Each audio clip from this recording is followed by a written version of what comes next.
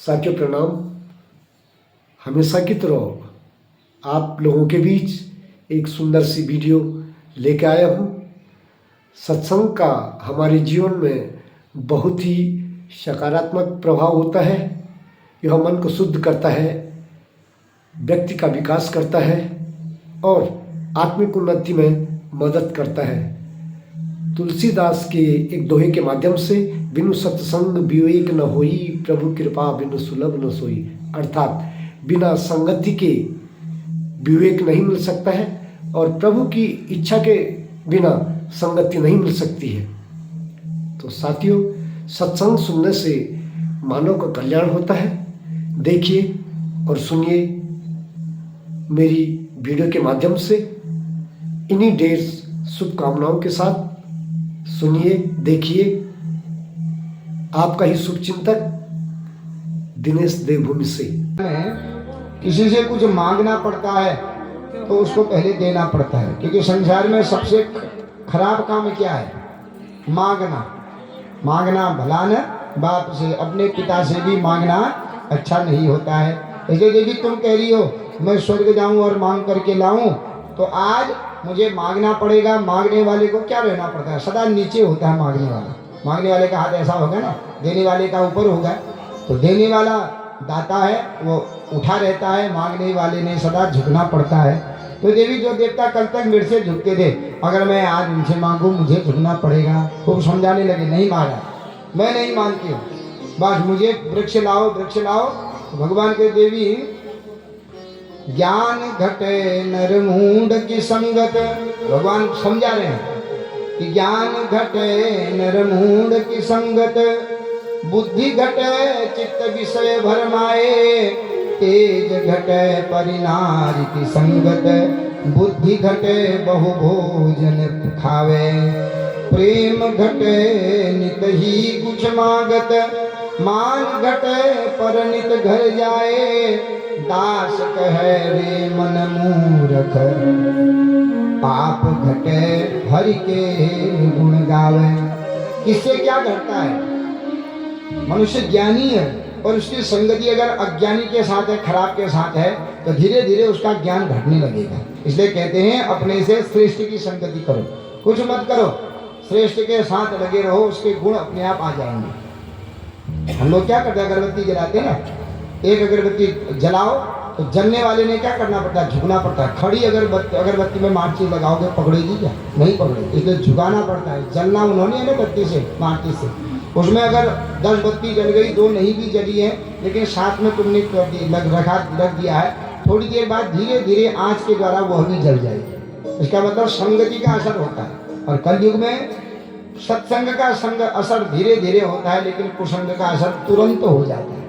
सत्संग में जब तुलसीदास जी कहते हैं कि जब सत्संग में बहुत समय तक मनुष्य जाएगा, तब जो है उसके संशय भंग होते हैं। और कुसंग में एक ही दिन जावे तो एक दिन जाने से ही उसकी बुद्धि एकदम कुसंग में लग जाती है। इसलिए क्या है, बार बार जीवन में सत्संग करना चाहिए। एक बार पढ़ने से स्मरण नहीं होता है। शास्त्र की चिंतन वही पुनि पुनि देखी। शास्त्रों का चिंतन अगर करना है तो बार बार समय समय पर उनको देखना चाहिए। इसलिए हमारे मन में जो अनेक प्रकार की शंकाएं हैं, वो शंकाएं कब हटती हैं? सत्संग जा करके। तो सत्संग कब कब करना चाहिए? तो तुलसीदास जी कहते हैं कि सत्संग में बार बार जाना चाहिए, कि जब बहु काल करिय सत्संगा, जब बहु काल करिय सत्संगा, जब बहु काल करिय सत्संगा, जब बहु काल करिय सत्संगा, तब ही होई सब संशय भंगा, तब ही होई सब संशय भंगा, तब ही होय सब संशय भंगा, तब ही होय सब संशय भंगा। एक बार के सत्संग से कुछ नहीं होता है। जब बहु काल करिय सत्संग, तब ही होए सब संशय संगा, संशय भंगा। अनेक प्रकार के अज्ञान रूपी अंधकार का नाश कब होता है? जब जो है बहुत काल तक हमको सत्संग करते रहें। इसलिए भगवान समझा रहे देवी, ज्ञान घटे नर मूढ़ की संगत। ज्ञानी मनुष्य के अगर संगति अज्ञानी के साथ है तो उसका ज्ञान बढ़ेगा नहीं, धीरे धीरे उसका ज्ञान भी क्या हो जाएगा, नष्ट होता जाएगा। इसलिए कहते हैं जीवन में अगर जो है चाहते हो कि हम श्रेष्ठ बने तो संगति अच्छी होती है, क्योंकि संगति ही डुबाती भी है और संगति ही उठाती भी है। इसलिए संगति का बड़ा जीवन में महिमा है ना, क्योंकि मति हमारी कहीं भी पानी के समान है। पानी में जैसा रंग डालोगे वैसा दे देता है कि पानी का कोई आकार है नहीं और कोई रंग है नहीं, जैसा कलर डालोगे वैसा बन जाता है। और जिस बर्तन में डालोगे वैसा ढल जाता है, ढलता है कि नहीं? गिलास में डालोगे उसी का आकार का हो जाएगा, कटोरी में डालोगे उसी के आकार का हो जाएगा।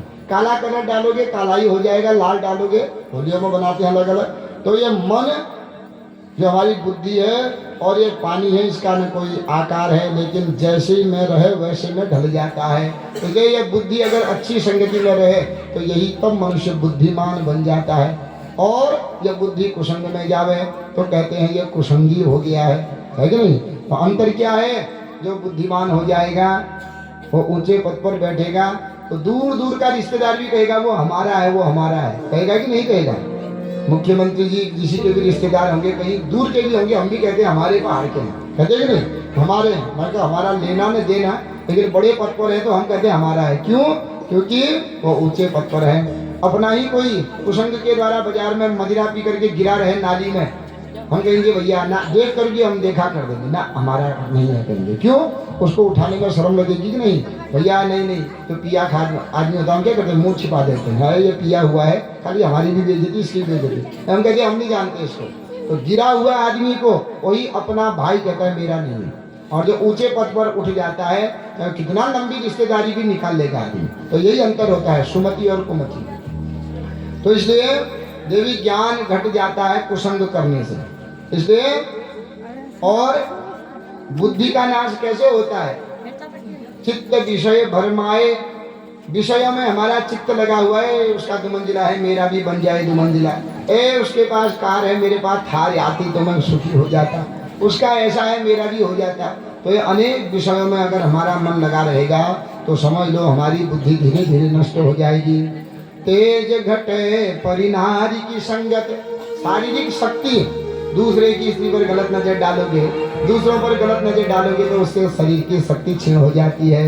और बुद्धि घटती है, बहु भोजन खाए, बहुत भोजन खाने से भी बुद्धि का नाश हो जाता है कहते हैं। इसलिए जो है खाना भी भोजन और भजन कहा था ना, भोजन मात्रा के अनुसार करना चाहिए और अति नहीं खाना चाहिए, क्योंकि अति भोजन करने से आलस आ जाता है। आलस में आदमी सोया रहेगा, सो करके क्या होगा, शरीर भी गंवाएगा, समय भी गंवाएगा और बुद्धि का भी धीरे धीरे पतन हो जाएगा।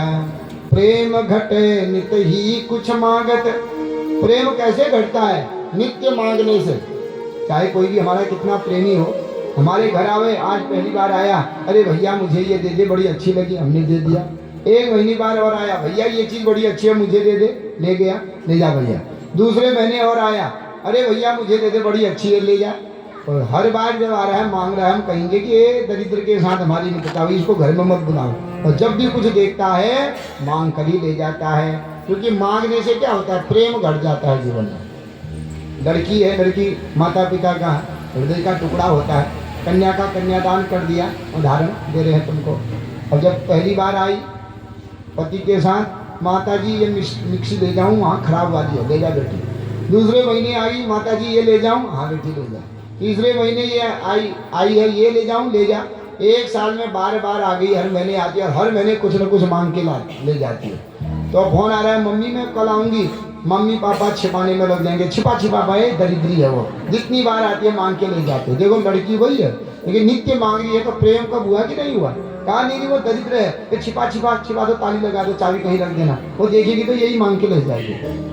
तो ये क्या है, मांगने से क्या होता है, प्रेम घट जाता है। इसलिए जीवन में कभी किसी से नहीं मांगना है, मांगना है तो वो परमात्मा से मांगो, इतना देगा तो मनुष्य उसको भोग नहीं पाएगा। और मान घटे नित पर घर जावे, मान होता है आदमी का स्वाभिमान, वो नित्य घटता है कब? जब पर घर नित्य जाने से, बार बार दूसरे के घर जाने से फिर मनुष्य इज्जत नहीं करेगा। अति परिचयाद अवज्ञा, अति सर्वत्र वर्जित कहा गया है ना। रावण को अभी घमंड था तो उसी से रावण का नाश हुआ। सीता जी को गर्व था मेरे बराबर सुंदर कोई नहीं है, इसलिए सीता जी का हरण हुआ। बलि को घमंड था मेरे बराबर दानी कोई नहीं है, तो भगवान ने उसका गर्व हरण करके पाताल लोक भेज दिया। इसलिए कहते हैं अति गर्वेण वै सीता, अति गर्वेण रावण, अति दानात बलिर्बद्धो, अति सर्वत्र वर्जय। इसलिए कहते हैं अति सर्वत्र वर्जय। तो नित्य दूसरे के घर जाने से क्या होता है? इज्जत नहीं करेगा आदमी। पहले दिन गए, बहुत पहली बार जा रहे हो, बढ़िया काजू कतली भी खिलाएगा, फल भी काटेगा, कॉफी भी बनाएगा। अब हमको बढ़िया स्वाद लग गया, दूसरे दिन और काम नहीं है, चलो चले गए। और दूसरे दिन चाय पिलाएगा, देखो कॉफी से नीचे उतर गया चाय, आज साधारण बर्फी खिला रहे हैं। तीसरे दिन जाओ, तीसरे दिन वो क्या करेगा? अदरक का पानी पिला देगा तुमको और मिश्री गुड़ के साथ दे देगा। चौथे दिन जाओ, एक गिलास गर्म पानी दे देगा। पांचवें दिन पानी देगा। छठे दिन कह गए ये रोज आदत, तो पल की क्यों मैल है, माने रोज आने लग गया है, निकालो अब इसके साथ ज्यादा मित्रता मत करो। इसलिए रोज दूसरे के घर जाने से क्या हो जाता है? मान घट जाता है। इसे देवी मांगने से प्रेम बढ़ जाता है। तो नहीं, बहुत समझाया लेकिन कहा माने नहीं, महाराज स्वर्ग से मेरे लिए तुम कल्प वृक्ष लेकर के आओ। अब इतना कुपित हो गई तो भगवान ने कहा ठीक है, मांगना है तो मांगने वाले को पहले देना पड़ता है, तब मांगना पड़ता है। किसी को दे रखा है और तब उसको मांगो, बिना दिए उसको मांगोगे तो नहीं देगा। तो क्या किया जाए? एक असुर है भौमासुर नाम का, प्राग ज्योतिषपुर का। वह असुर देवताओं के अनेक प्रकार के अस्त्र शस्त्र उसने देव माता आदित्य के